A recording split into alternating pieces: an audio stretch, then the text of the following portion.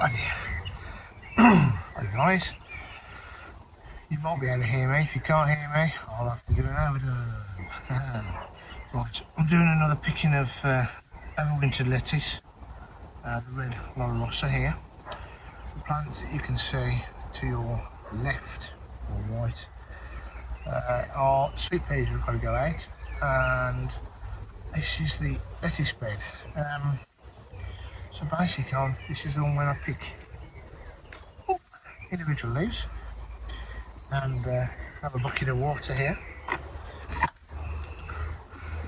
I like to put my water straight away. Any that I don't think are any good, they go straight on the compost bin. But to be perfectly honest, there's not many that do. I do look after them. I do try and keep the leaves off the floor, keep the nasties off them. But yeah, I'm just doing a little harvest. So you can get quite a few coming. They're called cut and come again, but I don't cut them. She leaves like that, if you can see that, go in the compost bin. So basically you're just trying to keep the stem nice and clean and off the soil, get the pesky slugs off. But I'm pretty lucky, I don't really get a lot of slugs. And I don't use any kind of slug deterrent, no chemicals on my plot, and I don't use anything else either. There's a slug. That's the first one I've seen, so disregard him. I tend to just let nature do what it's doing, and that's it. I've never been into chemical warfare. But as I'm doing this as well, I'm going around and doing a bit of weeding. I'm doing the old Terry method. Throw it on the paths, which I've covered in wood chip, and then they'll just rot down. Unless Terry, as you said, Terry did say that some of the stuff that he's put on his path has actually started to reroot because of all the bad weather we've had, the rain. But I'm going to do a bit of this, and I'll come back to you and show you what I've harvested and show you what I've actually planted out as well. And I've now just got my lovely clean jeans dirty. But I have seen my mother today for some lunch. Yes, it's Bank Holiday Monday, and tomorrow would have been my late father's 80th birthday. So we're going to church tomorrow and to pay our respects. Yes, so there you go. So I'll catch you back in a minute. Hopefully you can hear me. Bye.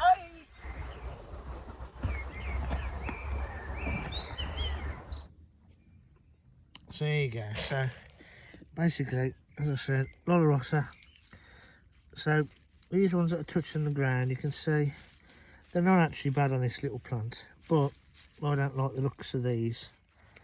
I literally just pulling them off like that, getting rid of them. Any that are edible, I'm just pulling. This one's actually second plant, like that one. So I don't really necessarily want that. Just the one plant's fine there. But basically, I can put my hand all the way around the base of it without soil and leaves touching the ground plant. And if we turn to this side here, this one again, you can see there, there's a dead or touching. So I'm just going to go round the base of the plant and just take the ones I don't want. That one's okay, so that'll go in the bucket with water.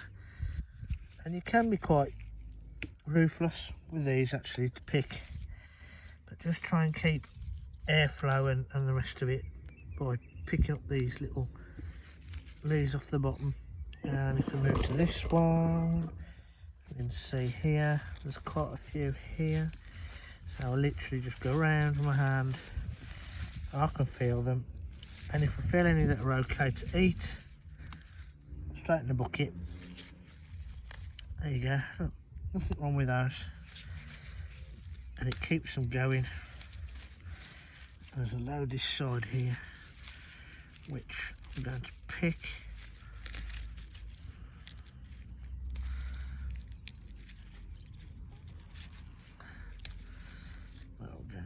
there you go. And so what I tend to do is just try and do these plants as and when I can. But as it's now getting nicer weather, and I've got 2 weeks off work after this week, I'll be down here even more. And it's one of the jobs that I'll do, where I'll just basically rip all these round the bases, make sure they're nice and tidy, so there's less chance of disease, and I can keep going with them. But they're lovely plants to grow. They're a Rossa variety.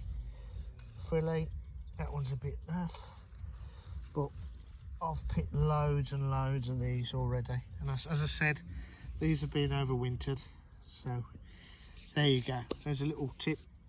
This isn't, I don't think that's La Rossa by the looks of the leaves, but as you can see, they are all doing rather well. Those are the ones where I've cut them off to have as whole and give them to friends, so those will either grow again, and I only cut that yesterday, and you can see already in the middle there it's regrowing.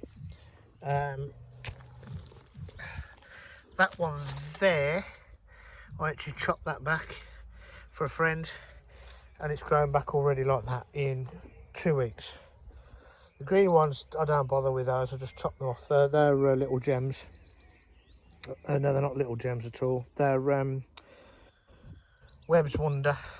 So cut them straight off at the base and use them as a whole lettuce.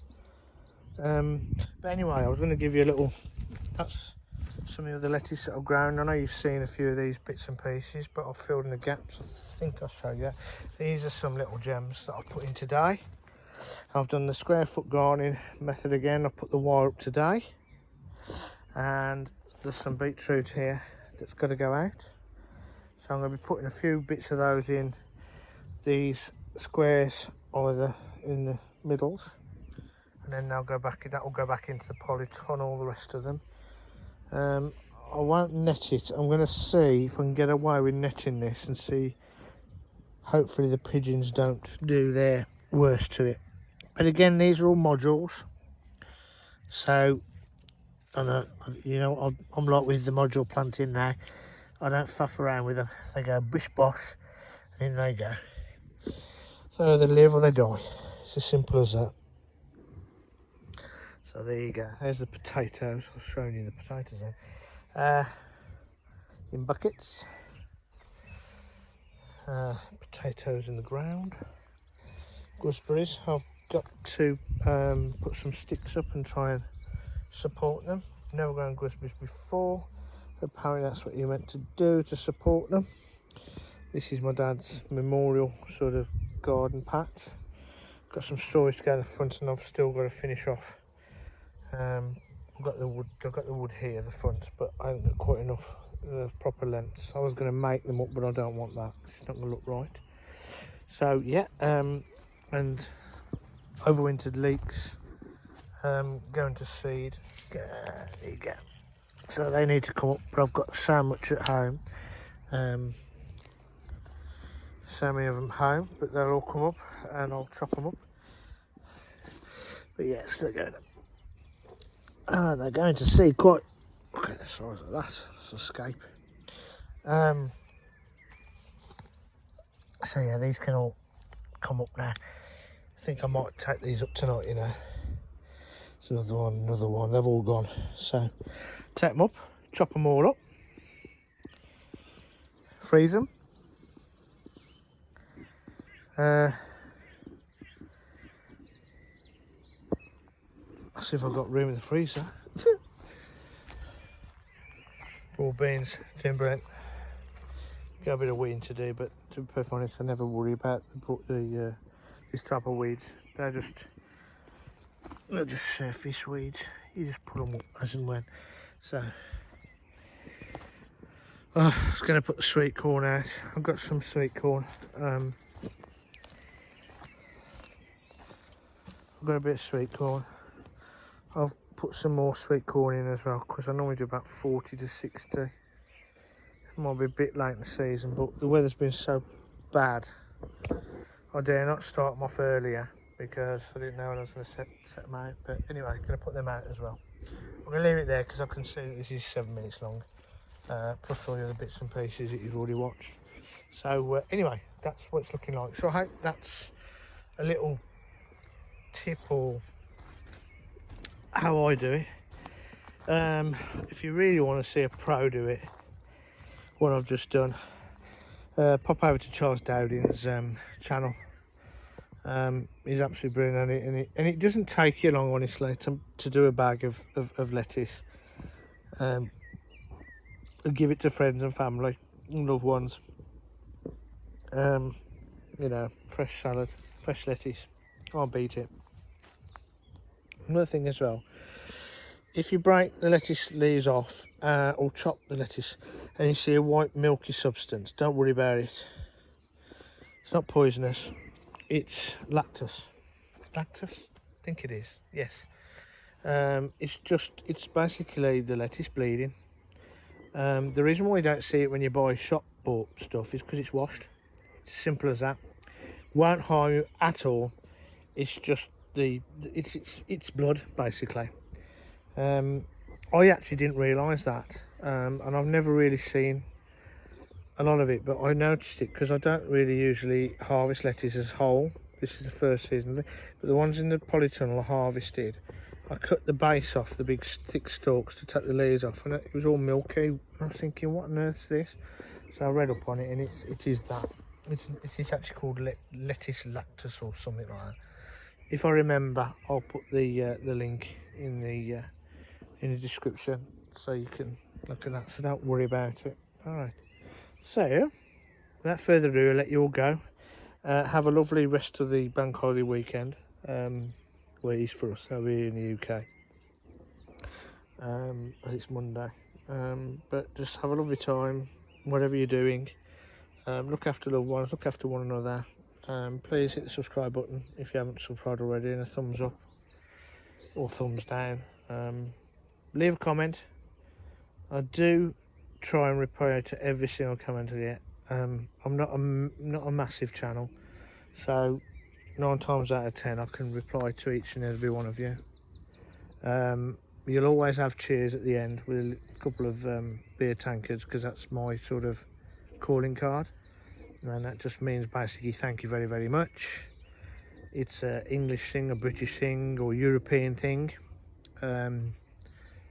So just like I say, stay safe guys, and see you and speak to you again. Bye all.